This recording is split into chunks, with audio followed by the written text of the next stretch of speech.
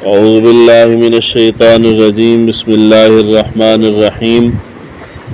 باب فضل ما بین القبر والمنبر عن عبداللہ بن زید المازنی رضی اللہ عنہ ان رسول اللہ صلی اللہ علیہ وآلہ وسلم قال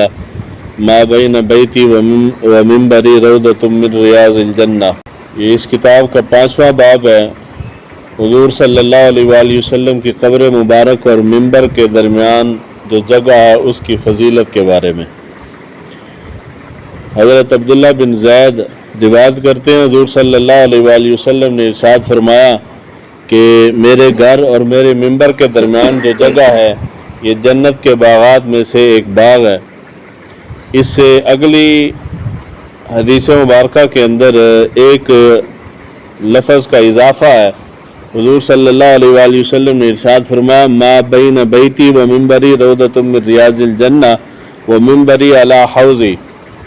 حضور صلی اللہ علیہ وآلہ وسلم نے ارشاد فرمایا کہ میرے گھر اور میرے منبر کے درمیان جو جگہ ہے یہ ریاض الجنہ ہے، جنت کے باغات میں سے باغ ہے، اور میرا منبر جو ہے یہ حوض کوثر ہے۔ ایک حدیث مبارکہ، ایک روایت ام المومنین حضرت ام سلمہ رضی اللہ تعالی عنہ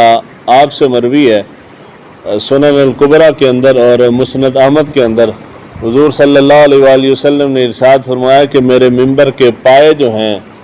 یہ اس کے اوپر ہیں۔ اس حدیث مبارکہ سے بعض علماء نے، محدثین نے اس کا ظاہری معنی مراد لیا ہے۔ ظاہری معنی کیا ہے کہ جی حضور صلی اللہ علیہ وآلہ وسلم نے جس جگہ کو مینشن کیا ہے کہ حضور صلی اللہ علیہ وآلہ وسلم کے حجرہ مبارک کی جگہ سے لے کے منبر تک کی جگہ جو ہے یہ جنت ہی کے ٹکڑوں میں سے ایک ٹکڑا ہے۔ یہ بات زیادہ تر خطیب حضرات جو ہیں ہمارے مقررین وہ بیان کرتے ہیں کہ جی اللہ تعالیٰ نے جس شخص کو جہاں پہ دفن کیا ہے، یعنی مرنے کے بعد جو بندہ جہاں دفن ہوتا ہے وہ وہیں دفن ہوتا ہے۔ یعنی یہ حقیقت ہے کہ ہر بندے کی خمیر جس مٹی سے بنا ہے وہ بندہ دفن بھی وہیں ہوتا ہے۔ یعنی اگر میرے جسم کے خمیر کے لیے جو مٹی اٹھائی گئی ہے اگر وہ عیدگاہ سے اٹھائی گئی ہے تو میں چاہے سندھ کا ہوں، کسی اور علاقے کا ہوں، کسی اور ملک کا ہوں، کسی نہ کسی طریقے میں عیدگاہ میں پہنچوں گا تو فوت ہونے کے بعد دفن یہاں ہوں گا۔ یعنی جس بندے کی مٹی جہاں سے اٹھائی جاتی ہے وہ دفن بھی اسی مٹی میں ہوتا ہے۔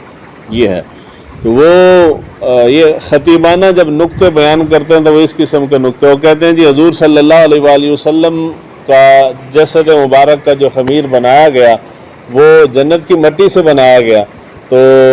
اب وہ مٹی ظاہری بات ہے یہاں تو تھی نہیں، تو اللہ تعالیٰ نے وہاں سے جنت کا ٹکڑا یہاں پہ رکھا، تو یہاں سے پھر وہ مٹی اٹھائی گئی تو اس سے خمیر بنایا گیا۔ تو یہ ٹکڑا قیامت جب قائم ہوگی، قیامت قائم ہو جانے کے بعد اس ٹکڑے کو دوبارہ جنت کے اندر واپس کر دیا جائے گا۔ ویسے بظاہر سننے میں اچھا لگتا ہے مگر ایسا روایات میں ہے نہیں۔ اس کا ایک دوسرا معنی بھی ہو سکتا ہے۔ حضور صلی اللہ علیہ وآلہ وسلم کی حدیث مبارکہ حضور نے ارشاد فرمایا، صحابہ کو فرمایا کہ جب تم جنت کے باغات میں سے گزرو تو اس میں سے کچھ کھا لیا کرو۔ تو صحابہ نے عرض کی یا رسول اللہ وہ کون سے جنت کے باغات ہیں جس میں سے کھا لیا کریں؟ تو حضور صلی اللہ علیہ وآلہ وسلم نے ارشاد فرمایا کہ وہ مجالس جہاں پہ اللہ کا ذکر ہو رہا ہے وہ جنت کے باغات ہی ہیں۔ یعنی جہاں پہ اللہ اور اس کے رسول کا نام لیا جا رہا ہے، ذکر ہو رہا ہے، ذکر و فکر کی بات ہو رہی ہے، وہ جنت کے باغات میں سے باغ ہے۔ تو وہاں سے کچھ کھا پی لیا کرو، سے مراد یہ ہے کہ وہاں بیٹھ کے اس ذکر کے اندر شامل ہو جایا کرو۔ ایک اس کا معنی یہ ہے۔ یہ حضور صلی اللہ علیہ وآلہ وسلم کا یہ فرمان، اس سے ایک معنی یہ ہو سکتا ہے کہ یہ جو جگہ حضور نے فرمائی کہ میرے گھر، میرے حجرے سے لے کے منبر تک کی جگہ یہ جنت کے باغات میں سے باغ ہے، اس سے مراد وہ بھی ہے کہ یہاں قیامت تک ہمیشہ اللہ تعالیٰ کا ذکر جو ہے وہ جاری رہے گا۔ جس طرح کہ فرشتوں کے متعلق ہے کہ وہ 70,000 فرشتے صبح اور 70,000 شام کو فرشتے حضور صلی اللہ علیہ وآلہ وسلم کے قبر مبارک کی زیارت کے لیے آتے ہیں، تو ظاہر بات ہے وہ آتے ہیں تو وہ یہاں کھڑے ہو کے حضور کی ذات پہ درود و سلام پڑھتے ہیں یا اللہ کا ذکر کرتے ہیں، تو وہ یہ بھی معنی ہو گیا۔ اور اس کے علاوہ انسان بھی ہمہ وقت وہاں موجود رہتے ہیں، تو انسان رہتے ہیں تو وہ بھی ہمہ وقت اللہ کا ذکر کرتے رہتے ہیں، تو یہ بھی معنی ہو گیا۔ اور تیسرا معنی اس کا یہ ایک ہے، یہ جو اگلی حدیث مبارکہ میں حضور نے فرمایا کہ ممبری علی حوضی، کہ میرا ممبر جو ہے یہ حوض کے اوپر ہوگا، یعنی حوض کوثر کے اوپر ہوگا، تو اس سے ایک معنی یہ مراد لیا گیا کہ یہ جو جگہ ہے، اس جگہ کو اللہ تعالیٰ قیامت والے دن جو حضور نے حوض کوثر، اللہ تعالیٰ حضور کو حوض کوثر عطا فرمائے گا، تو اللہ تعالیٰ اس جگہ پہ حوض کوثر جاری کرے گا، یعنی حضور صلی اللہ علیہ وآلہ وسلم کے اسی ممبر کے پاس حوض کوثر ہوگا، اور یہیں حضور اپنے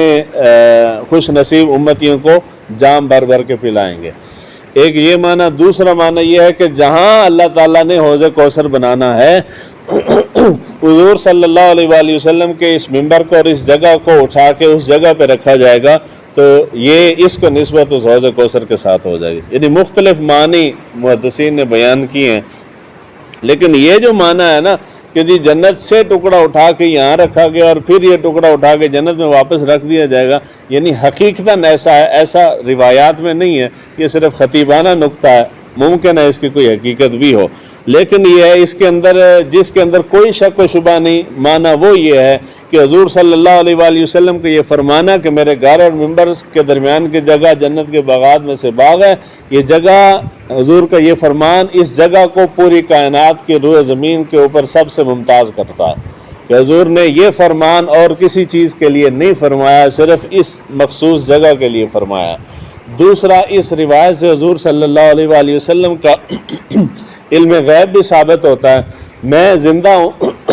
سانس لے رہا ہوں، تو مجھے نہیں معلوم کہ میں مرنے کے بعد مجھے کہاں دفنایا جائے گا۔ میرا آبائی علاقہ ہے جی، میں عیدگاہ کا رہنے والا ہوں، ضروری تھوڑی ہے کہ مجھے قبر بھی یہاں پہ نصیب ہو سکتا ہے میں پتہ نہیں کسی اور ملک کے اندر جا کے مروں، مجھے وہاں سے واپس باڈی میری آنا نصیب ہی نہ ہو۔ تو یہ حضور صلی اللہ علیہ وآلہ وسلم کے علم غیب کے اوپر بھی دلالت کرتی ہے۔ حضور نے جب فرمایا تو حضور کو اس کا معنی مطلب یہ ہے کہ حضور کو معلوم تھا کہ میری قبر جو ہے اس حجرے کے اندر بنے گی۔ یہ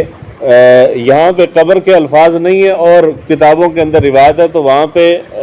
حضور صلی اللہ علیہ وآلہ وسلم نے گھر کی جگہ پہ قبر فرمایا کہ میری قبر سے لے کے میرے ممبر تک کی جگہ۔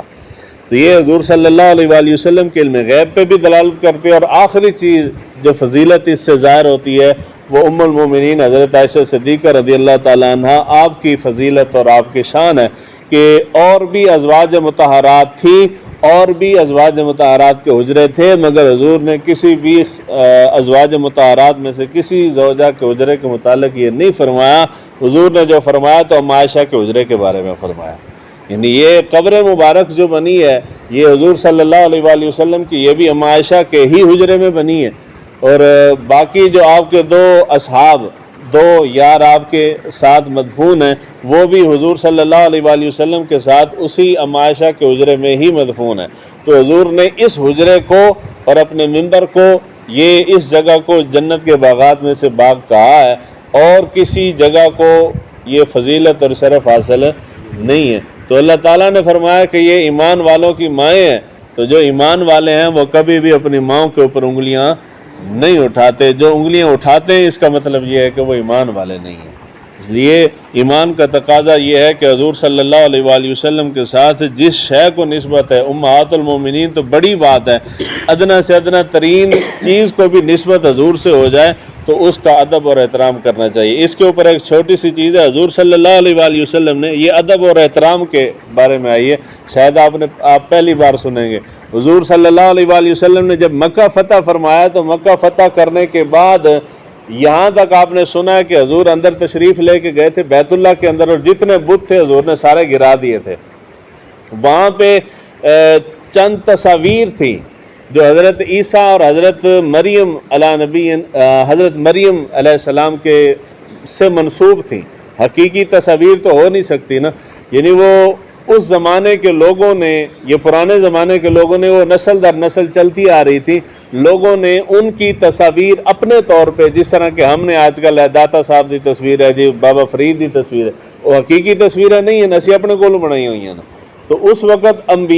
بعض انبیاء کی تصاویر بنا کے وہ بیت اللہ کے اندر پڑی ہوئی تھی، بت بھی پڑے تھے، وہ تصاویر بھی پڑی تھی۔ تو اب وہ حقیقی تو نہیں ہے مگر نسبت تو انبیاء کے ساتھ ہے۔ تو ادب یہ ہوا، احترام یہ ہوا کہ حضور صلی اللہ علیہ وآلہ وسلم نے باقی سارے بت توڑوا دیے تھے، وہ جو تصاویر جن کو انبیاء کے ساتھ نسبت تھی حضور نے وہ توڑوائی نہیں، حضور صلی اللہ علیہ وآلہ وسلم نے وہ دفن کروا دی تھی۔